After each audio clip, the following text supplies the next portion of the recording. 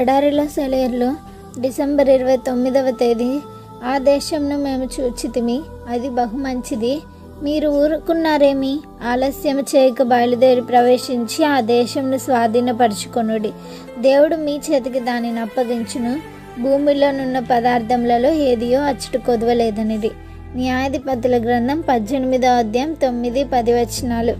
లేవండి, మనం చేయడానికి ఒక నిర్దిష్టమైన పని ఉంది.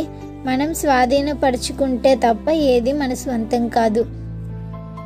అక్కడ యోసేపు పుత్రులైన మనష్షే, ఎఫ్రాయిములు స్వాస్యమును పొందిరి.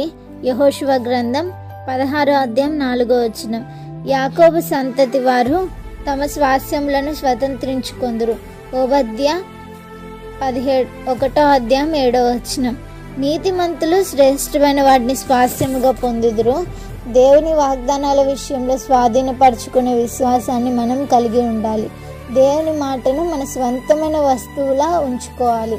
స్వాధీనపరుచుకునే విశ్వాసం ఉంటే ఏమిటి అని ఒక చిన్న పిల్లవాడిని అడిగితే, ఒక పెన్సిల్ తీసుకొని నా యొక్క అనే పదాలన్నిటిని అండర్లైన్ చేయడమే అని జవాబిచ్చాడు. దేవుడు పలికిన ఏ మాటైనా తీసుకొని ఇది నా కోసమే అనుకోవచ్చు.